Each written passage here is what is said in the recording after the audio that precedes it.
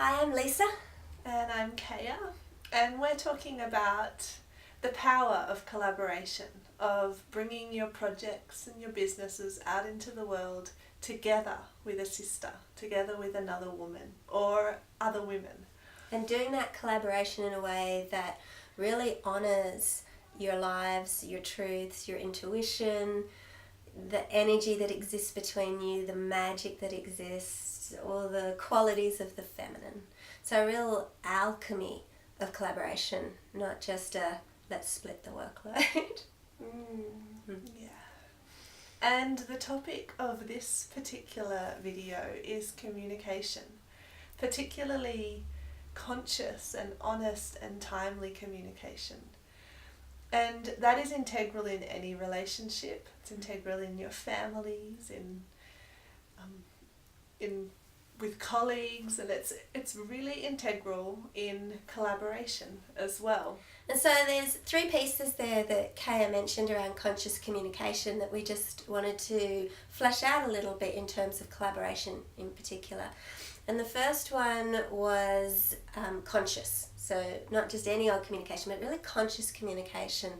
And that's about, well, there's lots of nuances in that, but one of the really big pieces in consciousness in your communication is really drawing each other's truths out of the person, out of your sister. So having someone drawing your truth out of you and having the space where that truth can be really heard and can be really received and can be really encouraged is really powerful. The second piece in that was timely. So when you're collaborating with someone, the biggest piece there's a few big pieces, but probably the biggest to getting it all moving is your communication. If your communication falls over and one party doesn't really understand where the other person's at, then everything starts to fall over.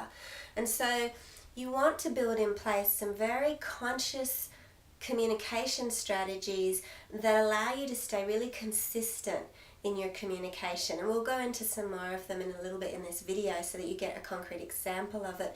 But you want to be bringing things to the surface all the time. And there's two really big reasons that you want to do that. And the first one is you want to keep the energy really clean. So for a project to be birthed into the world in a way that is with flow and with ease and is creative, you want to have your energy clean and flowing.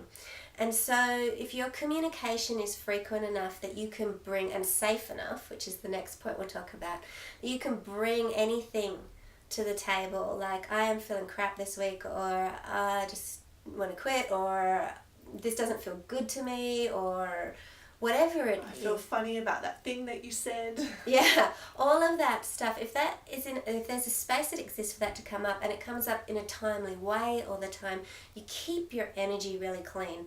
And that is the way to keep your project in momentum. Your communication has to support it and really strongly hold the project. The communication is key in that. And then the last piece that we mentioned in that first opening bit was honest communication. And that this is really about creating an agreement. So agreements, and Kaya's going to talk about it in a moment, agreements are critical and important. It's part of that container that's going to hold this whole project up. But one of those agreements needs to be around safety. And this is an evolving, like you talk about your agreement initially and then it evolves and it strengthens as your collaboration builds. So Kaya and I, over the years, have built up so much safety and trust that there's not hesitation in bringing stuff to the table. But you want to start to create, in a really conscious, intentional way, spaces that feel safe so that you can bring your stuff and then it can be received without it all turning into a big blah. And so those three pieces are just few small pieces in conscious communication, but things you really want to consider if you want to collaborate together. Mm-hmm. And some of the key strategies or the key aspects of communication that we've found need to be brought into collaboration to keep that momentum going really consciously and really effectively one of them is what we call check-ins. So that's creating spaces like almost like in a structured way, at least at first until you're really in the rhythm of it, where you're committed to tuning into each other and to knowing where each other's at. And that's where like you agree that when you're talking about your business, you always make space to like hear how each other are going, hear if there's anything that you're feeling off around, hear if there's things that you are holding back from sharing, and hear if there's anything that that feels off for you. And always creating the space to share those things, like to have, and that's I guess part of the agreements too, is we agree to bring up all the things that need to be shared and drawing them out of each other, like not just launching into strategy, not just launching into what's our action steps, but making space to get really clear on what everyone's feeling, what everyone's needing, what's feeling off for everyone, like creating check-in spaces, making them kind of sacred as a part of the collaboration, which is just as applicable in all other relationships, just like it would help you with a romantic partner, with your husband, or with your children too, to have regular check-ins. It's the same with business partners, collaborators. And these pieces that you're putting in place are creating a container for the project to sit in. And the project needs something to sit in it if you want to birth it in a really clean way in the world. So this container is really critical. It's not, and if you let your communication slide, the more it slides, the more everything will feel overwhelming, and often the less momentum your project will have. The foundation gets weaker. Yeah. And another one of those key aspects of communication is with the concept of working on your business as well as in it. The same, like it's easy to just get so caught up in the grind, like what is the next thing we need to do, especially when it feels like you have a lot to do, and when like it's the beginning and there's a big learning curve, to kind of get caught up in what's my step, what's your step, let's get going with it. But to actually always build in times to zoom out and step back and communicate about the bigger picture, about what's our core intentions for this business or this project right now. What's the energy that we're wanting to be bringing forward and giving and sharing with the world? What are the dreams that we're holding around it? What's that core message or the inspiration that the soul of our business wants us to share? Coming back to those kinds of conversations regularly as well. And also what's moving now, what's alive now in the project, because sometimes we write those bland business plans or mission statements, and they just don't light us up anymore. There's no oomph in them. It's always changing. It's a contextual present moment discussion. So that's why you need to come back to it regularly. Yeah, and zoom out. And the collaboration really flourishes when you take that time to bring these very intentional communication pieces in. It's super important. So I'm curious, what sort of agreements would we get? I mean, agreements is something that if you come and do the Feminine Alchemy of Collaboration with us, we're going to have a whole class on it and a whole private coaching call for each of the collaborations to sit and work out your agreements, because some of them will be personal, like they'll be to the collaboration. But what are some of the pretty universal ones that often go in there? What do you reckon? Well, one would be confidentiality. Like when you're sharing stuff that comes up for you with your collaborator, with your sister, it's held in a safe, sacred space. So there's a sacred container around your meetings, around your working together, where you're not violating that respect or that privacy of your sister. You're not sharing it with other people. That's a pretty core agreement. Because lots of stuff does come up As you evolve in your relationship, same as your relationship with your partner, for example, there is lots of dynamics that come up and lots of pieces that come up, and you get to know that sister of yours so well and in a way that most other people in the world don't know you. Yeah. And so that is really important that stays in that relationship, stays in that container. Yeah. Absolutely. Yeah. Yeah.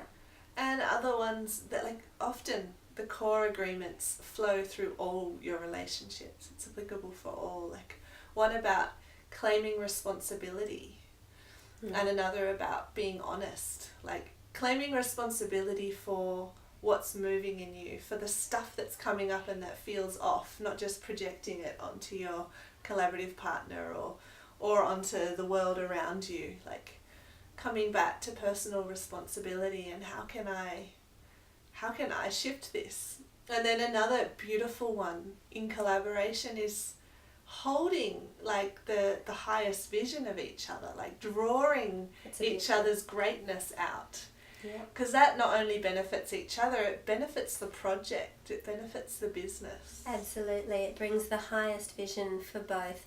And when you're being held by someone in a very intentional space in your highest self, that's so powerful. And when you're held in love around that, that creates so much belief and so much faith and so much, we could do this, we could totally do this, that sense. And so safety is another agreement that I would add as a fairly universal one in terms of what structure is in place so I can bring this up to you without you getting really offended, or I can bring this up without it creating a big blah between us. Yeah, totally. Yep. So all these elements of communication are so integral in a collaborative partnership. And communication is also one of the gifts of collaboration. Collaboration means that you communicate more. It means that you bring the stuff that's going on around your project or around your business out into the sphere of being spoken about more. Like, you're not just leaving it all inside you. So that's like a really special gift of collaboration. You create so much more momentum, so much more energy movement because you're communicating about everything. You have to, because there's another whole part of your business outside of you. Yeah. So if you're curious about the vast potentials of the feminine alchemy of collaboration, if you're either already working with a partner, doing a business project or any other project in the world, or if you want to, then check out the link below this video about a program that Lisa and I are running, inspired by the amazing gifts that we've received, both internally and in our business, externally, from working in collaboration together. So we want to share that with other women who may have been stalling on giving their projects out into the world, giving their gifts out into the world because it seemed too big or whatever other reason. Collaboration might be the key for you. So if you're curious, if this feels like a yes for you, click on the link and share the page with the sister who you're either working with or considering working with, and get in touch with us. We're offering a full free coaching session for you and your business partner, your collaborative partner, a potential one, to vision the project, to get really clear on it from that feminine, intuitive perspective. So get in touch with us and we'd love to connect.